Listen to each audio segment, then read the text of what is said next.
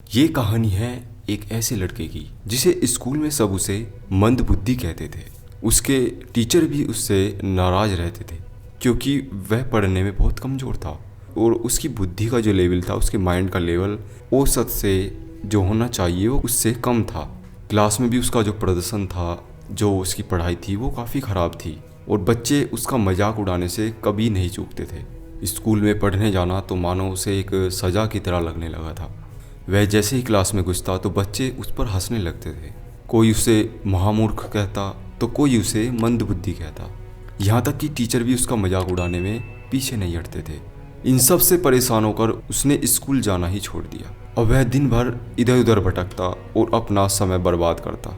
एक दिन इसी तरह कहीं से जा रहा था तो घूमते घूमते अचानक उसे प्यास लगी। वह फिर इधर उधर पानी ढूंढने लगा। आखिर में उसे एक कुआं दिखाई दिया। वह वहाँ गया और कुएं से पानी खींचकर अपनी प्यास बुझाई। और वह काफ़ी थक चुका था, इसलिए पानी पीने के बाद वह वहीं पर बैठ गया। तभी उसकी नज़र पत्थर पर पड़े उस निशान पर गई जिस पर बार बार कुएं से पानी खींचने की वजह से उस पत्थर पर रस्सी का निशान बन गया था।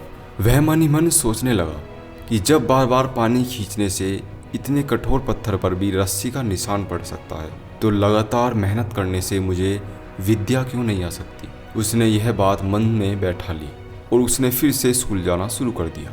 उस दिन तक लोग उसी तरह उसका मजाक उड़ाते रहे, पर धीरे धीरे उसकी लगन देखकर टीचर्स ने भी उसका सहयोग करना शुरू कर दिया, उसका साथ देना शुरू कर दिया।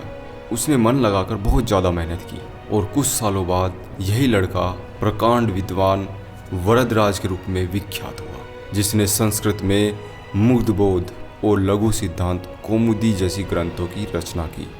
हम अपनी किसी भी कमजोरी पर जीत हासिल कर सकते हैं, बस ज़रूरत है कड़ी मेहनत की और धैर्य के साथ अपने लक्ष्य के प्रति अपने आप को पूरी तरह से समर्पित करने की, क्योंकि संसार में ऐसा कोई भी काम नहीं जिसे मनुष्य नहीं कर सकता, वह भले चाहे अपने मेहनत से हो या फिर ईश्वर के आशीर्वाद से।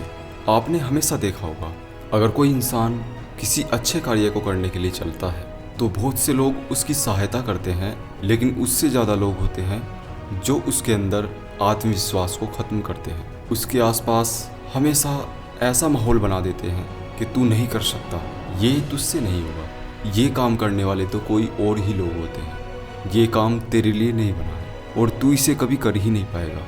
इस तरह की बातें जब उस इंसान के सामने बोली जाती हैं और वो इंसान अपने लक्ष्य को ना देखकर उन बातों को देखने लगता है, उन बातों पर, उन लोगों पर ध्यान देने लगता है, तो उसका जो लक्ष्य होता है वो धुंधलाने लगता है। उसका आत्मविश्वास डगमगाने लगता है कि हाँ, शायद ये सही कह रहे हैं, मैं ऐसा ही हूँ, मैं भी किन की बातों में आ गया था। लेकिन बस वो वहीं पे गलत हो जाता है। अगर वो उस समय अपने आत्मविश्वास को ना गिराए, उन लोगों की बातों में ना आए, सीधे अपने लक्ष्य पर निगाह रखे, तो दुनिया की ऐसी कोई ताकत नहीं उसको उसके लक्ष्य तक पहुंचने में रुकावट पैदा कर सके। बस शर्त यही है कि अपने कानों को, अपनी आँखों को, अपने पैरों को, अपने ध्यान को और अपने धैर्य को बनाकर रखो उस लक्ष्य की ओर जो आपको पाना है।